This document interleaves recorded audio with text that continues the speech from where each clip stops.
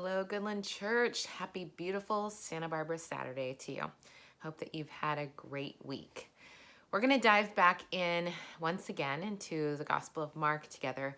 But before we do, I want to ask you a question. Have you ever been on a retreat or maybe as a team bonding for work done a trust walk where somebody is leading you along, but you have your eyes closed and you have to trust them to guide you around obstacles or barriers. And it's this image, right, of depending on somebody else that you cannot see.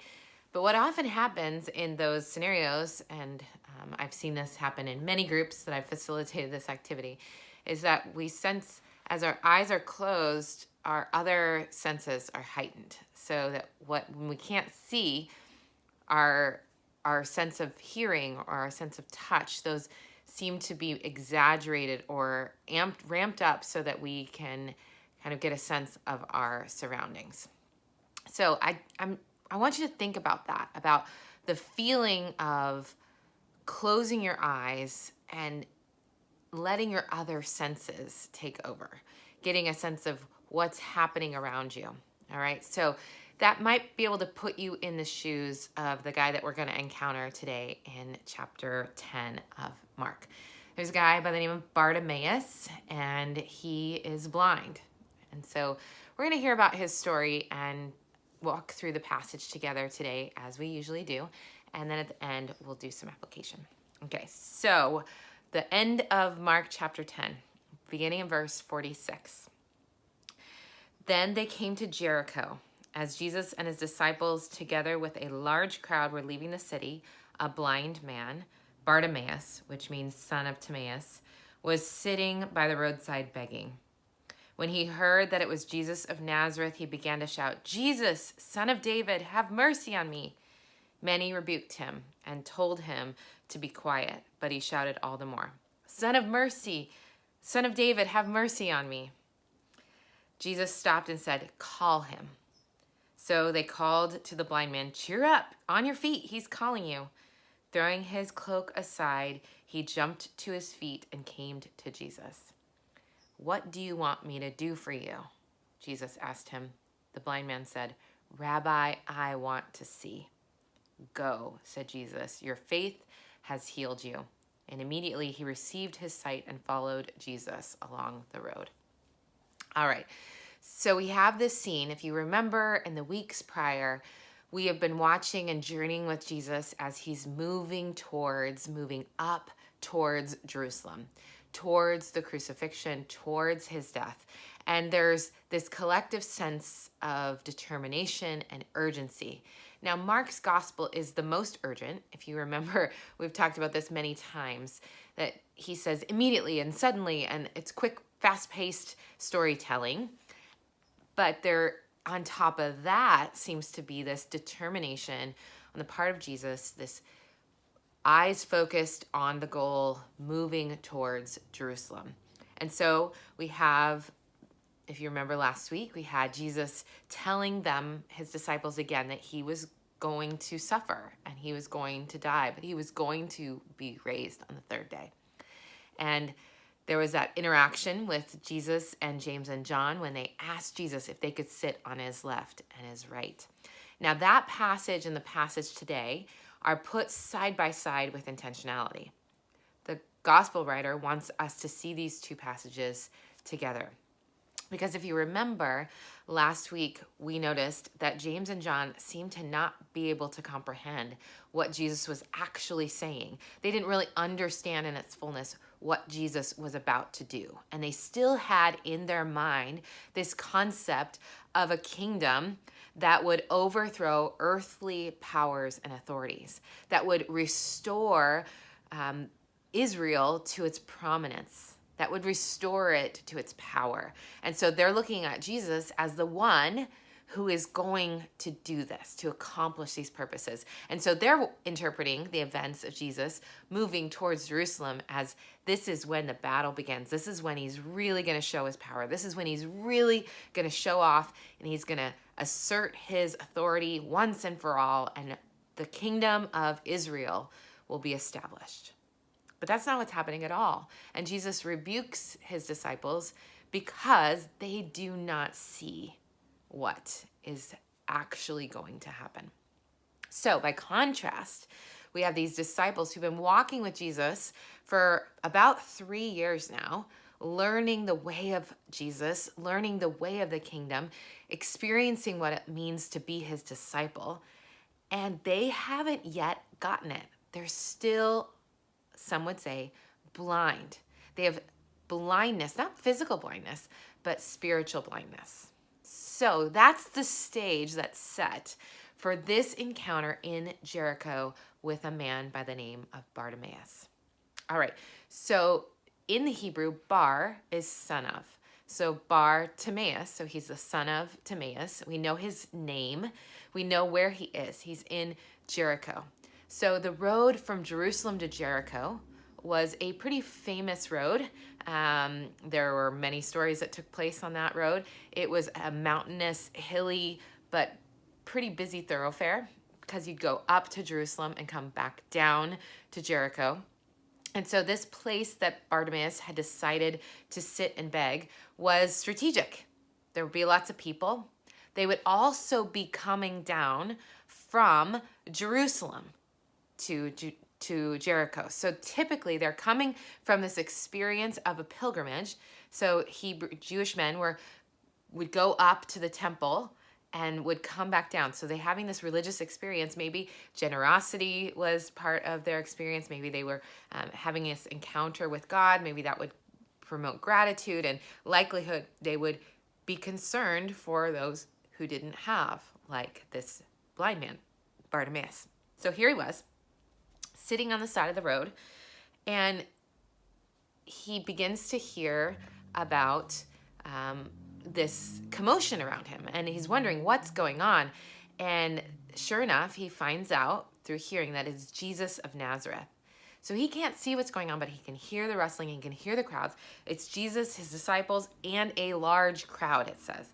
And so he says, crying out, I want you to know that this is not him just trying to lift his voice. It's not, there's no politeness here. It literally is, he is shouting, screaming at the top of his lungs, Jesus, Son of David, have mercy on me.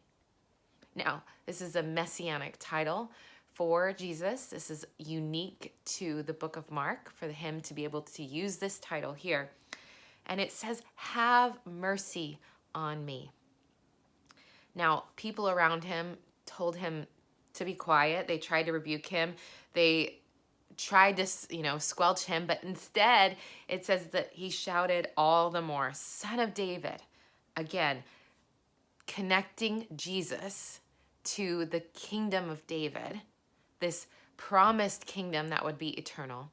He says, Son of David, have mercy on me. So then they called Jesus stopped what he was doing. He's in this crowd. He stops the train of people, the momentum of the crowd, and he says, call him to me. In other words, go get him, bring him.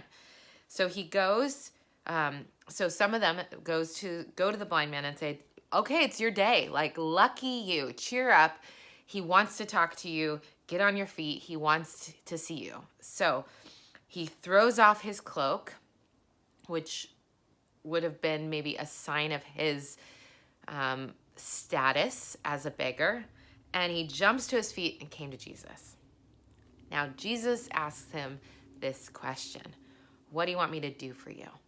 Now, if you're thinking, that sounds familiar, I feel like I've heard that question before. You have. Just last interaction, if you remember last week, we talked about it. Jesus' disciples, James and John, come to him and they say, what do you want? Can we ask whatever we want of you? And he says, what do you want me to do for you? It's the same question.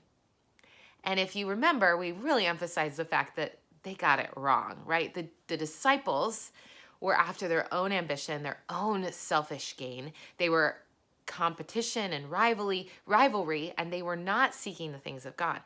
So here we have, by stark contrast, this blind man who cannot see, and he seems to be aware of who this Jesus is, And when Jesus asks him the question, what do you want me to do for you? He says, I want to see.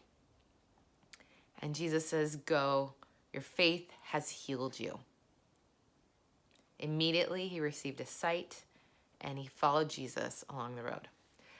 This passage is right behind the passage about the disciples because I think Mark wants us to know what spiritual sight looks like. To follow Jesus, we have to be able to see, not with eyes on our bodies, but spiritual eyes, eyes of faith. And this man embodied that. The disciples missed it.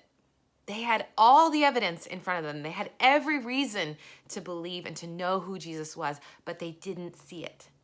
They lacked the faith. And here we have this man, Bartimaeus, who sees but cannot see. He has insight but has no physical ability to observe it with his eyes. So he's seeing with eyes of faith. And Jesus says, be healed. Your faith has healed you. This is a story of faith. It's a story of audacity. It's a story of determination. And it's a story of going to the source of the overflow and the resources that we need. We've been asking the question, what does it mean to be a follower of Jesus? I think as we look at this story, we gain a few insights here. Bartimaeus was aware and in tune with the presence of God, the presence of the very living God, Jesus himself, not because he had all the evidence in front of him, but because he believed. He believed the identity of Jesus. He believed the power that Jesus had to heal. He believed that if he asked, he could receive healing. Friends, he had insight to understand who God was and that God was in his midst. I think we, as followers of Jesus, we need that same insight. We need to be aware of God's presence among us and in us, and to be rooted, to be certain of, to be full of faith for the identity and power of God in our lives and in the world. That's what it means to be a person of faith, is to believe God, believe who he is, what he can do. The other thing this man shows us is that he had boldness and audacity. He asked God for the thing he needed. Friends, we don't need to hold back or pull any punches. And though we may feel just like Bartimaeus probably did that day where they were trying to hush him, he was desperate. He knew he needed the mercy of God. And friends, you and I are desperate. We need God's power. We need his healing. We need his restoration. We need his forgiveness, because we cannot do it on our own. Whereas in the last passage with the disciples, they were jockeying for higher position, thinking that they somehow deserved it.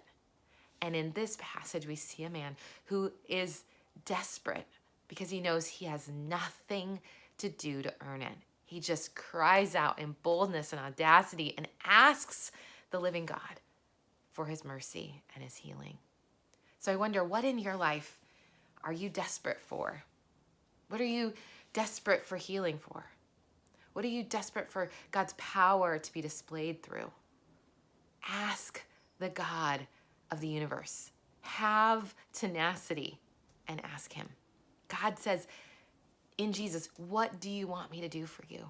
Friends, don't you see? God doesn't withhold his goodness. He doesn't take back his gifts, but he delights to give good gifts to you and to me. So what do you want him to do for you? Don't hold back. Ask and believe. And then lastly, this man, it says, don't miss this in the passage, it says that immediately he received his sight. And Jesus had before said, be healed and go. But the man instead followed Jesus along the road. As soon as he was able to see physically, he walked close to Jesus. We don't know how long that journey was or where it took him, but It could be assumed that it took him all the way to the events that would unfold in Jerusalem, all the way to the crucifixion and the burial and the resurrection of Jesus.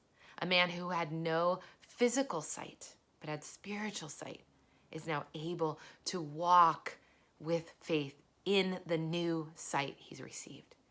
So I wonder what that would look like for you and for me, especially as we head into 2 weeks from now into Easter, as we're walking towards the cross, as we're walking metaphorically towards Jerusalem and towards the events of Good Friday and Easter. Will you walk closely with Jesus with your eyes open to see how he will reveal himself to you?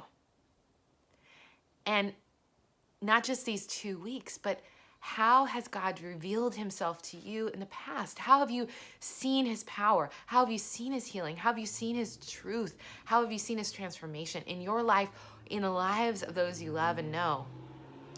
And are you walking with that insight that increases your faith? Remember a few weeks ago, we talked about how faith produces faith. Unbelief produces unbelief, but faith produces faith. For this man, his spiritual sight, desperation, and boldness, crying out to God, God gave him physical sight, and it created more spiritual sight. So friends, I wonder, how will you walk in the reality of what God has shown you?